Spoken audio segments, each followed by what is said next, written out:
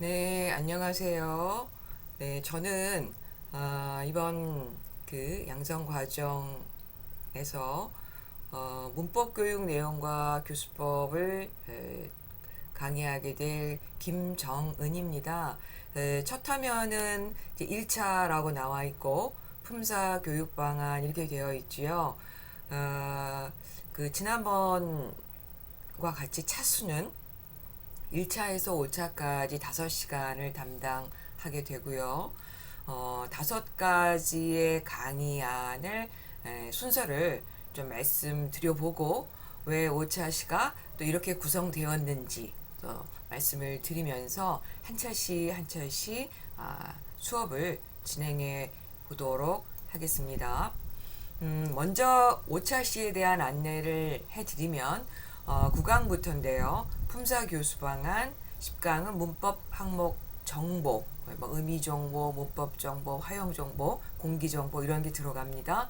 유사문법 항목에 대한 것이 또 하나 있고 또 유사문법 항목에 대한 것이 하나 더 있게 됩니다.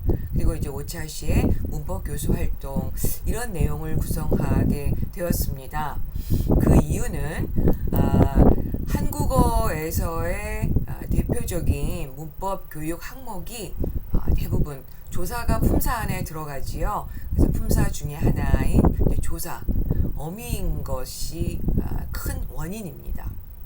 이것을 조사와 어미가 한국어의 대표적인 문법 교육 항목인 것을 여러분들께 좀 확인을 먼저 해드리고 그래서 이런 오차시가 구성됐다라는 말씀을 드리고자 합니다. 국립국어원에서 보고서가 2017년에 나왔는데 이제 국제통용 표준교육과정이라 하면 국내외, 한국어로 이야기하면 한국 내, 그다음에 해외에서 사용할 수 있는 표준적인 교육 과정에서 문법 항목은 어떤 것을 우리가 이렇게 목록화할 수 있을까 해서 초, 중, 고급을 목록화했습니다. 그래서 조사, 어미, 복합 표현이 들어가는데요. 잠시 후에 제가 국제통용 요 목록들을 엑셀 파일을 보여드릴 예정입니다. 또 하나는 대표적으로 한국어 학습자분들이 자신의 한국어 능력을 검증받고 진단하기 위해서 토픽 시험을 보죠. 토픽 시험은 초급, 중급, 고급 이렇게 중고급, 토픽 1, 토픽 2로 이제 구성이 되는데 공개된 항목이 있습니다. 공개된 어휘가 있고 문법이 있는데 저는 이제 문법 항목을 여러분들께 말씀드려 보면 공개용 토픽 초급, 중급의 문법 항목이 있고 이들의 내용도 대부분이 조사, 어미, 복합표현, 부사임을 보실 수 있습니다. 자, 여러분이 아시겠지만 토픽 문법 항목은 어떨까요?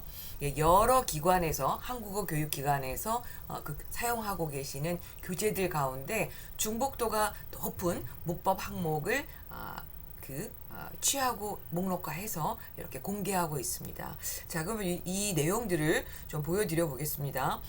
여기 보시면 김중 선생님이 이제 보고서를 함께 국립국어원에 그 제안으로 하셨는데 국제통용 표준교육 과정이고 요 목록은 2020년에 수정을 하셨습니다. 그래서 보시면 여기 초급부터 나와 있지요. 그 오른쪽은 이제 급이 나와 있고 왼쪽에는 이제 급과 분류가 나와 있습니다. 조사들, 선어말 어미, 뭐 연결 어미 1급이고요. 2급에서도 조사, 연결어미, 전성어미 뭐 이런 식으로 표현이라 하면 잘 아시겠지만 좀 덩어리 어떤 청크 스타일의 덩어리 문형이라고 볼 수 있겠죠. 그래서 이런 것 위주로 이제 교재 안에 주제와 상황과 관련돼서 대표적인 교육 표현으로 문형으로 또 이렇게 선택이 됩니다. 그래서 이렇게 표현 좀 덩어리가 커지게 되죠. 자, 중급에서도 마찬가지로 조사, 어미 이런 것들을 추출하셨고 중간중간 이제 뭐 고급 또는 고급에 대한 이런 것도 있죠. 국제통용에서 고급이지만 일반적으로는 또 중급으로도 보기도 하는 이런 부분들 표현으로 덩어리적인 것들이 많이 나타납니다. 자, 그리고 이제 여기에서 국제통용에서는 이제 고급으로 이제 보이기도 하지요. 국제통용은 조금 해외를 생각하기 때문에 국내의 언어교육기관 또는 토픽보다는 조금 그 급이 여기에서는 고급이지만 일반적인 급으로 가게 되면 3급으로 토픽을 적용했을 때 급입니다. 국제통용에서는 고급이다 이런 얘기죠. 그래서 이런 표현들이 나타나고 4급에 해당되는 것으로 또 역시 조사, 연결, 어미 이런 예들이 많이 나타납니다. 네. 그래서 국제통용 안에서는 일반 토픽의 4급이 이제 고급으로 이렇게 할당이 됩니다. 이렇게 보시면 여러분들이 보셔서 알겠지만 대부분 어미, 조사, 표현 이런 것임을 보실 수 있죠. 쭉 나열되어 있고요. 여기서는 토픽의 5급과 국제통용의 5급이 거의 좀 일치되는 급이 되겠죠. 그래서 여기에서 이렇게 표현적인 이러한 예들이 있습니다. 자, 이렇게 해서 대부분 국제통용, 즉 국내, 한국 안에 또는 해외 안에서의 한국어 교육을 위한 문법 항목으로 어미, 조사 또는 덩어리의 어떤 문형들이 대표적인 것들로 이렇게 추출이 되고 있습니다. 자, 마찬가지로 그러면 토픽을 좀 보도록 하겠습니다. 토픽 초급에서는 무엇을 공개했을까요? 예, 문법 범주 연결 어미입니다. 자, 이렇게 항목들이 쭉 나오죠. 예, 뭐 연결어미, 중결어미, 또 복합 표현은 이들이 좀 어울려서 덩어리가 커지는 예들입니다.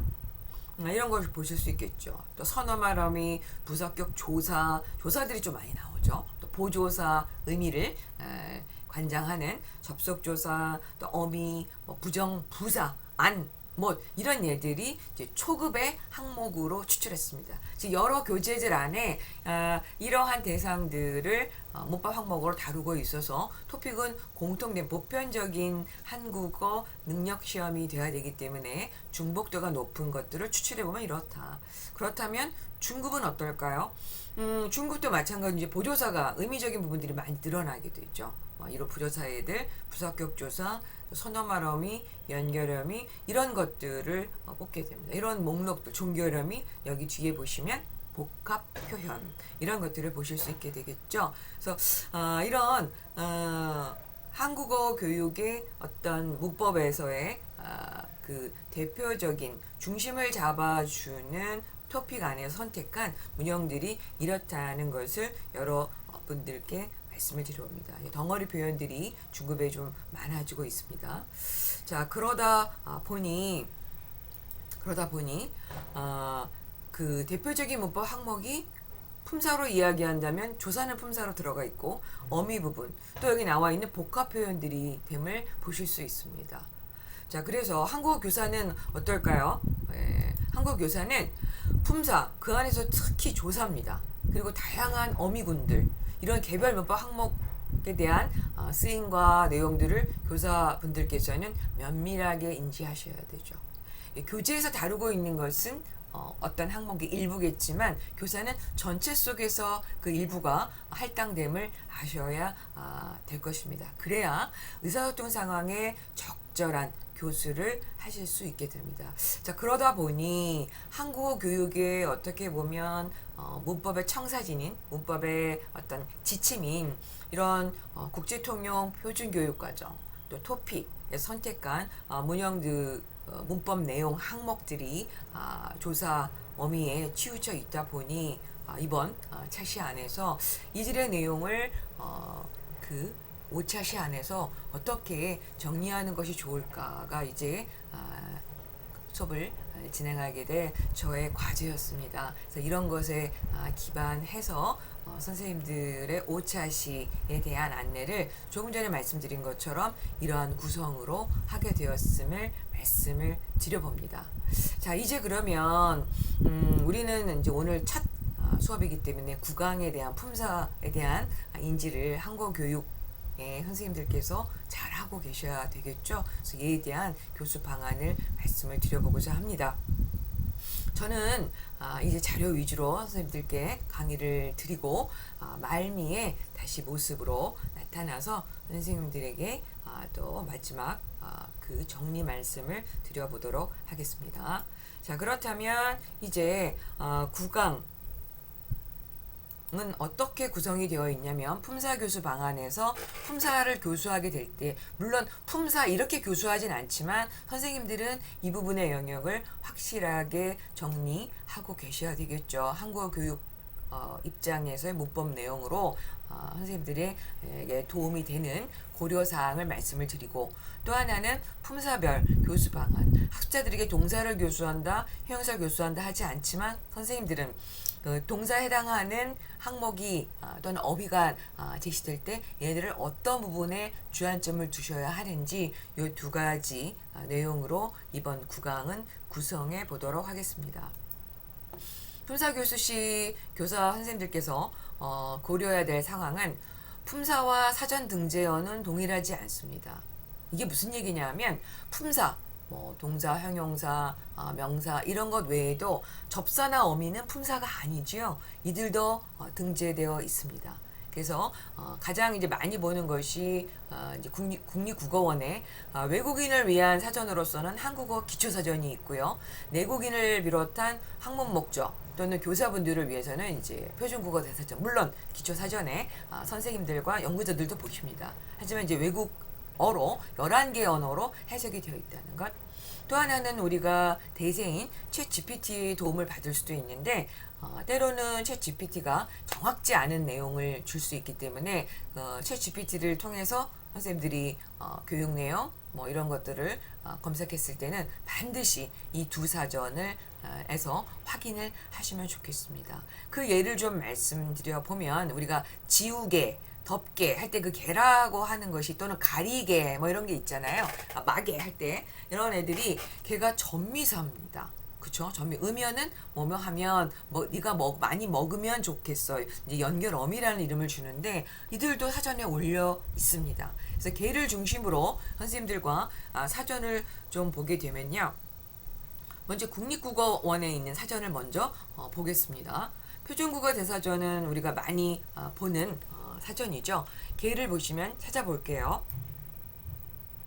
전미사기 때문에 맨 뒤에 나와 있습니다. 이렇게 그래서 어떤 도구를 나타내고 날개, 덮개, 뭐 지우개 이렇게 동사 일부분에 또는 이 두 번째는 이제 별명을 이야기하는 것이고 도구적인 의미에서는 이렇게 사용을 하실 수가 있겠죠. 그래서 이렇게 접사로 되어 있고 전미사로 정리가 되어 있습니다. 근데 이제 외국인 학습자를 위해서는 한국어 기초사전을 참고하셔도 좋고 여기 이제 11개 언어가 되어 있습니다. 좀 더 많은 언어로 안내가 되어 있기를 우리가 좀 기대를 해보면서 개를 검색해 보겠습니다. 개를 검색해 보면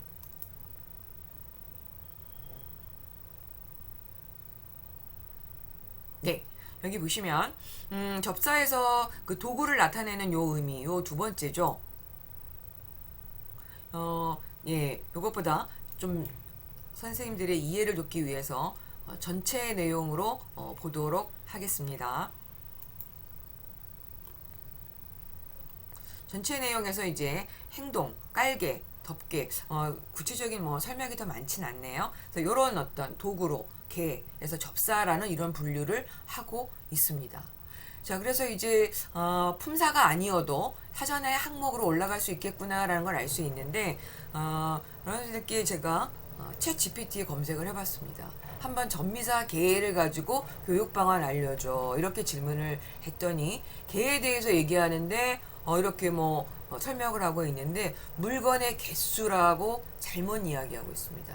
도구가 아니라 한 개, 두 개. 우리는 지우개, 가리개 이렇게인데 지우개, 여기 세 개 이런 것으로 얘기하고 있죠. 이 챗 GPT가 얘기하는 이때의 개는 단위 명사입니다. 자, 그래서 요것을 다시 검색해 보면 표준국어 대사전으로 검색을 해보겠습니다. 여기 보시면 의존 요거죠. 물건을 세는 단위고 의존 명사입니다. 그런데 아까 조금 전에 보여드렸다시피 챗 GPT에서는 얘네들을 전미사라고 이야기하면서 우리가 한국어의 전공 입장에서 명시적으로 그 접사로 전미사로 분류된 것을 잘못 설명하고 있습니다. 자, 그래서 우리가 이렇게 이런 것들을 사전을 찾아보고 또는 챗 GPT를 검색할 수 있겠으나 정확하지 않을 수 있기 때문에 이들의 확인을 하시면 좋겠다는 말씀을 드려봅니다. 품사는 특성에 따라서 좀 더 분류됩니다. 명사이지만 자립적인 명사가 있고 의존 명사가 있습니다. 의존 명사는 좀 여러 제약이 있는데요. 우리 것 많이 쓰죠. 내가 할 것이 뭐야, 오늘 할 게 뭐야 라고 구어로도 얘기하지만 할 것이 뭐야, 나는 할 수가 없어 이렇게 얘기하는데, 것은 먹을 것이 있어요, 먹을 것을 좀 챙겨올까요, 내가 이게 먹을 거예요, 막 이렇게 해서 보편성이란 얘기는 먹을 것을 하면은 목적어 역할도 하죠. 먹을 것이 없어요, 우리가 장에 좀 가야겠어요, 편의점 좀 가야겠어요, 이럴 땐 주어로 쓰이죠. 근데 수는 할 수 없어요, 할 수가 없어요, 주어로밖에 안 씁니다. 둘 다 의존 명사이지만 쓰임이 다릅니다. 그래서 이런 어떤 지식들을 선생님들이 알고 계시면 좋겠고, 동사도 잘 들여다보면 의미적으로 알다 느끼다 라고 하는 인지적인 동사가 있는가 하면 가다 오다와 같은 뭐가 있을까요? 이동 동사도 있습니다. 자, 그래서 이렇게 고려해야 될 내용들이 이런 내용이 있는가 하면 선생님들은 품사 통용에 있어서 통용의 어떤 특징이 있다는 것을 아시면 좋겠습니다. 예를 들면 어디라고 하는 것이 어디에 가니 하면 조사와 결합을 하니까 얘는 대명사적인 용법입니다. 어디 한번 봅시다. 이거는 어디, 이거는 감탄, 어디 얼마나 잘하나 보자, 뭐 약간 뭐 이렇게 조금은 도전적인 이야기도 하는데, 어디 한번 볼까, 뭐 누군가가 뭔가 만들어 왔어요, 어디 작품 한번 볼까요? 이럴 때 어디는 감탄사입니다. 얘 역시 우리가 사전을 좀 찾아보면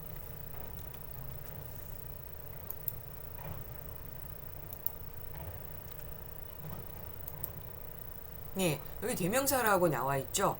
어디 이렇게 되어 있지만 학교가 어디 가, 뭐 이렇게 대명사로도 쓰이지만 감탄사 벼르거나 어디 네가 이번에 1등을 한 학생이냐, 뭐 이렇게 감탄사라도 감정으로 어디 하고 약간의 환기시키는 그런 내용으로도 쓰임을 보실 수 있습니다. 자, 참은 참과 거짓, 이때 참은 명사입니다. 이사가 참 크네요 하고 참이 크다라는 용언, 형용사 수식하죠. 그러면 얘때는 부사입니다. 이거 참 야단났네, 참 개인의 어떤 느낌과 감정이죠. 감탄사입니다. 얘도 사전에서 한번 조금처럼 검색을 해보시면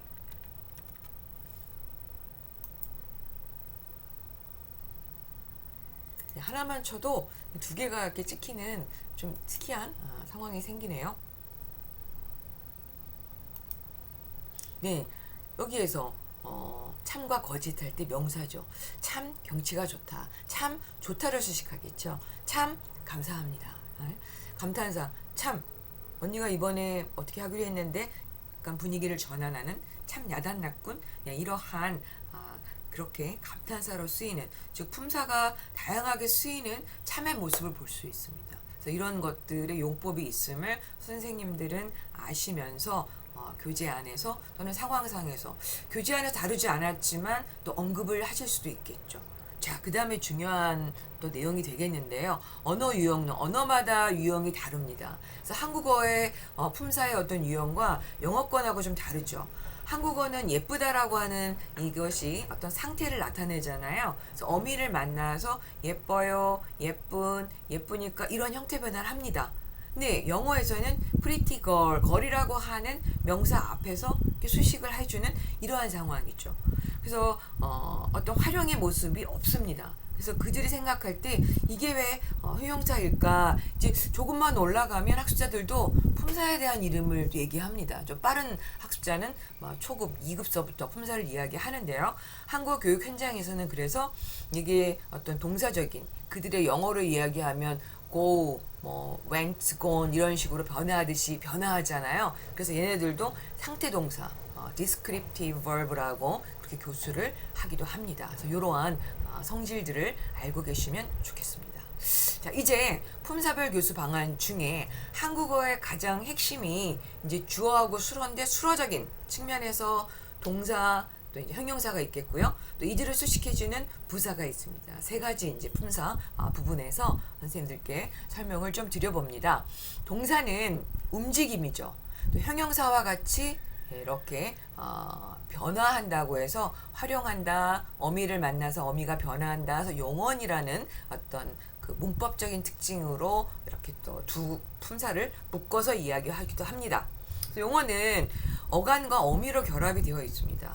근데 한국어에서 어미는 기본형이 아까 예쁘다가 나왔지만 다가 고정적이지 않죠. 예쁘고 예쁘니 예뻐서 이렇게 바뀝니다. 그래서 이런 부분들이 부담을 줄 수 있습니다. 특히 이제 기본형이 어떤 어간도 바뀌고 어미도 바뀌는 이런 불규칙한 모습이죠. 뭐 우리가 영어권에서는 irregular하다, 이제 irregular verb, 또 irregular 뭐 verb로 이야기하는데요. 이런 부분들이 숙달도 학습자들의 초급, 중, 고급의 위계화에 따라서 순차적으로 제시할 필요가 있을 것입니다. 그래서 용언에 규칙이 아니라 규칙도 어미 변화가 일어나서 힘든데 불규칙한 활용이 있습니다. 그래서 이제 불규칙한 어간, 요렇게 여기 지금 보시면 파란 부분은 어간이죠. 그러니까 활용을 할 때 변하지 않는 구역입니다.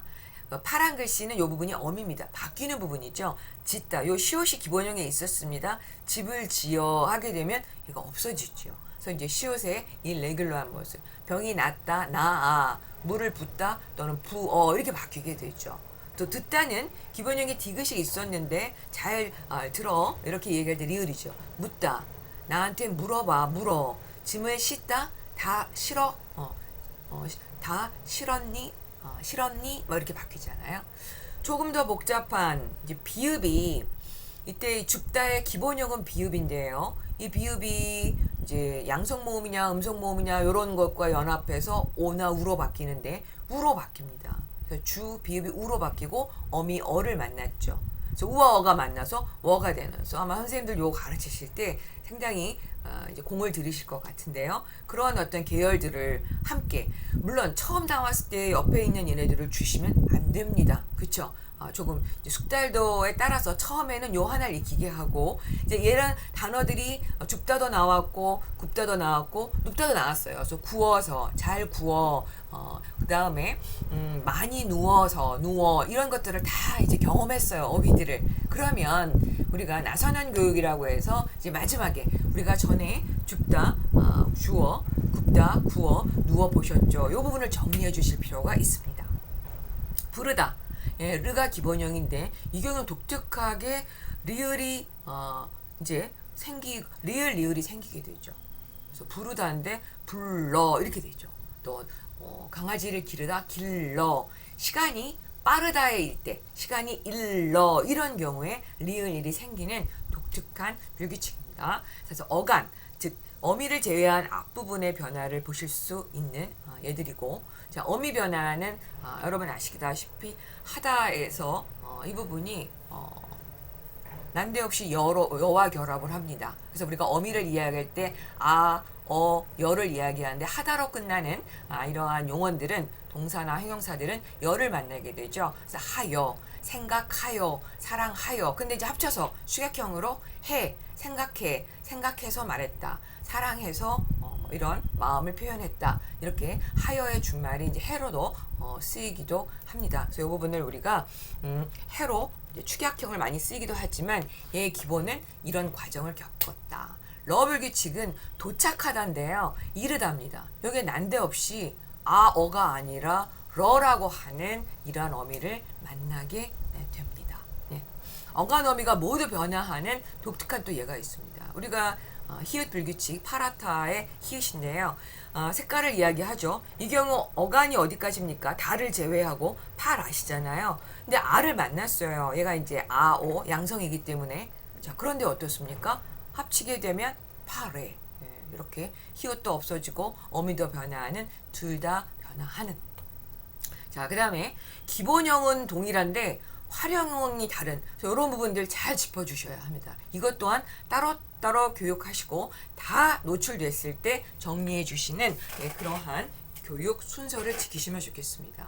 불규칙한 동사 걷다. 우리 길을 걷다죠. 길을 걷는 3시간을 걸었어요. 발이 너무 아파요. 이때 리을로 불규칙하게 바뀌었습니다. 규칙 동사 걷다. 우리가 소매의 옷이 길어서 얘를 좀 이렇게 짧게 만들 때 소매를 걷다죠. 소매를 걷는, 소매를 걷었어요. 얘는 규칙입니다. 그래서 기본형은 같지만 얘는 규칙이고 얘는 불규칙이고, 그래서 얘네들이 나올 때 하나씩 하나씩 그것에 국한된 설명 주시고, 그 다음에 다 노출이 되면 한 번쯤 정리해 주시는. 여기서 끝나지 않습니다. 기본형은 다른데 활용형은 동일한 예도 만납니다. 기본형이 걸다예요. 전화를 걸어요. 기본형이 걸다입니다. 조금 전에 걷다. 지하철역에서 10분을 걸어요. 자, 어떻습니까? 얘는 기본형이 전화를 걸다는 규칙이어서 기본형도 걸다요. 활용형도 걸어요. 그런데 워크라고 하는 걷다는 활용형이 이렇게 리을로 디귿이었지만 바뀌었죠. 그래서 기본형은 이렇게 다릅니다. 활용형은 동일합니다. 또 학습자들이 조금 처음에는 조금 힘들어 하다가 나중에는 잘 인지하시는 예 중에 보다와 같은 애는 본동사의 의미로 쓰이는 경우가 있는가 하면 보조동사로도 쓰입니다. 자, 본동사로 쓰이는 것은 저녁에는 늘 뭐 1시간 동안 TV를 봐요. 보다라고 하는 이 의미죠. 그런데 이 음식 좀 먹어봐요. 여기서는 먹다가 본동사고 뒤에 있는 본동사 뒤에 나온 얘가 보조동사죠. 이거는 먹고 눈으로 보는 게 아니죠. 먹어봐요. 시도해보라 라고 하는 보조동사입니다. 그래서 이러한 용법이 있음도 선생님들께서 잘 짚어주시고, 이러한 예들로 쓰이는 예들을 하나하나 노출됐다면 어느 시점에서는 2-3개를 다시 한번 반복적으로 짚어주시기를 부탁드립니다. 형용사 교수는요, 사물의 성질이나 상태죠. 동사와 함께 용언이란 말씀 앞에서 드렸습니다. 동사와의 차이는 명령형, 청형형이 이루어지지 않음을 다시 한번 정리를 드립니다. 피곤하다, 상태입니다. 배고프다, 상태죠. 이런 형용사분들은 명령형과 권하는 이게 안 되죠. 피곤해라, 배고프자 안 되죠. 하지만 동사인 어서 가라, 빨리 먹자, 자, 가다, 먹다는 동사죠. 이런 것이 가능합니다. 형용사의 또 독특한 특징 중에 하나는 현재형이 다입니다. 다. 오늘은 날씨가 좋다. 기본형이 좋다인데 현재형도 똑같이 쓰여요. 날씨가 좋다. 동사에 쓰이는 는다가 안 쓰이죠. 날씨가 좋는다 뭐 이렇게 안 씁니다. 반면에 동사와 구분해 보면 내 친구는 참 빨리 먹는다. 먹는다. 현재형이 는답니다. 나 지금 간다. 지금 얘는 자음으로 끝났으니까 는다지만 가다는 어떻습니까? 이제 모음으로 끝났죠. 그래서 니은다가 아니라 는다가 아니라 니은다와 결합하죠. 지금 간다. 어디쯤 와? 지금 간다. 기다려. 이렇게 이야기하기도 합니다. 자, 형용사와 동사를 활용하는 모두 동사 활용을 모두 하는 고빈도 용언이 있습니다. 즉 이 얘기 뭐냐면 품사 통형이에요. 크다가 형용사로도 쓰이고 동사로도 쓰입니다. 지영이는 키가 크다 해서 상태를 나타내주죠. 근데 정원의 나무가 잘도 큰다. 이거는 어떤 동작을 나타내줍니다. 그걸 어떻게 할 수 있냐면 잠시 후에 나오는 부사인데 크다라는 걸 수식하는 게 잘이 부사죠. 여기 이제 보조사가 붙기도 했지만 정원의 나무가 잘 큰다 이렇게 할 수 있어요. 잘이 뭘 수식하죠? 얘를 수식하죠. 왜 그럴까요? 동사인 경우인데요. 자, 보시면 얘를 사전에서 한번 찾아보도록 하겠습니다. 크다.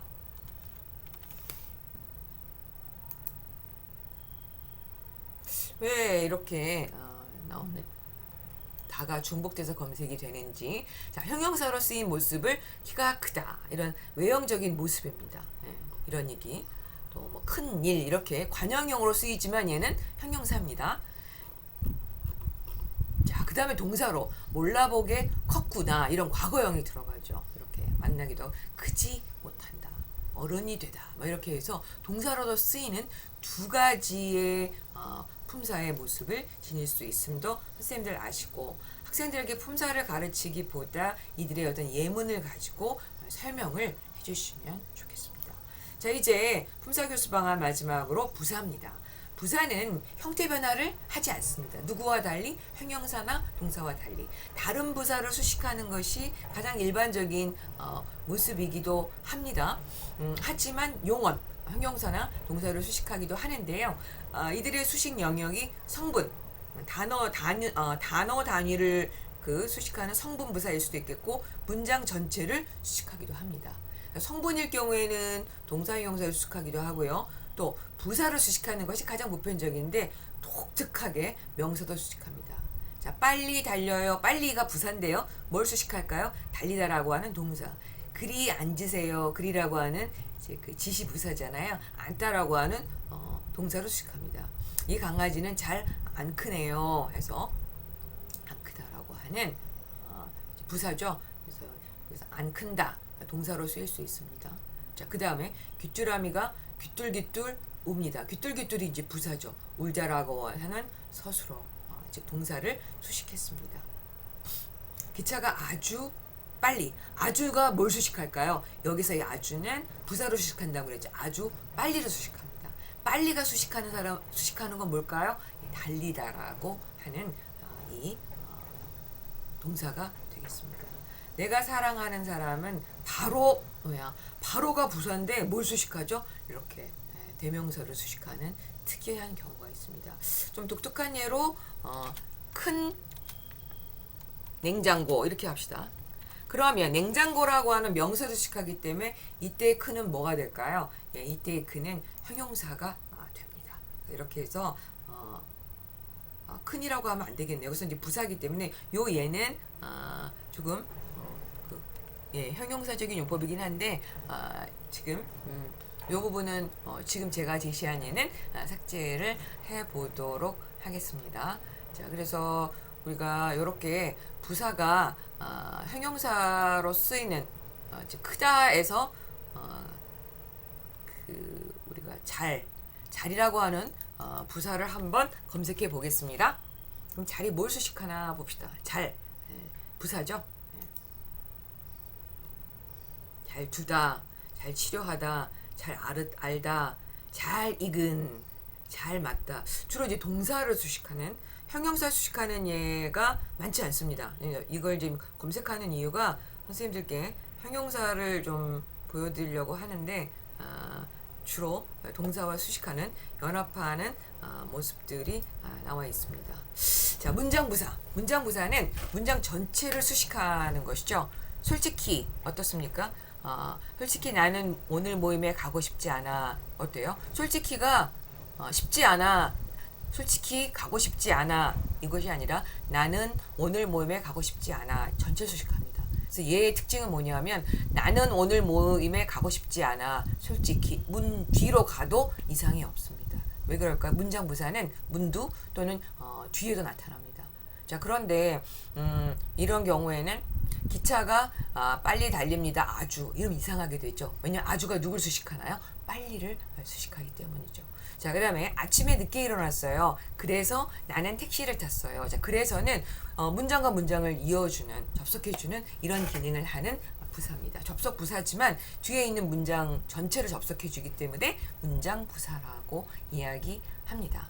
자, 이렇게 선생님들 이제 오늘 문법과 관련된 교육 내용 교수법 방안에서 오늘은 1차 시였습니다. 그래서 품사에 대한 말씀을 드렸고 오늘 이렇게 조금 전에 말씀드린 것처럼 5차 시로 이런 구성을 할 수밖에 없었던 이유는 조금 전에 말씀드렸습니다. 대표적인 문법 교육 항목이 표준교육과정, 또 토픽 안에서 또 교재들을 통해서 이렇게 걷어들인 이렇게 공통적으로 고빈도가 높은 단위들이 조사, 어미, 복합표현 또는 부사여서 이러한 5강을 가지고 여러분들께 이제 여러분들과 만나게 됩니다. 그래서 선생님들께 부탁드리고 싶은 것은 선생님들은 품사, 특히 이 안에서 조사 또는 어미의 다양한 모습들 이런 개별 항목을 아시고 개별 항목에서 더 나아가서 이러한 복합 표현은 이제 문형적으로 제공되는 이런 것들을 잘 인지하셔서 소통 상황에서 그 부분을 과하지 않게 잘 항목별로 주시고 마지막이 아니라 이제 누적이 돼서 어느 상황에서는 종합 정리하시는 나선형 교육으로 수업을 하시면 좋겠습니다. 자, 오늘 이렇게 1차 강의가 시작되었고요. 2차에서는 이제 문법 항목의 정보 부분을 가지고 선생님들과 만나도록 하겠습니다. 네, 이제 2차 수업에서 만나도록 하겠습니다. 1차 수업 마치겠습니다.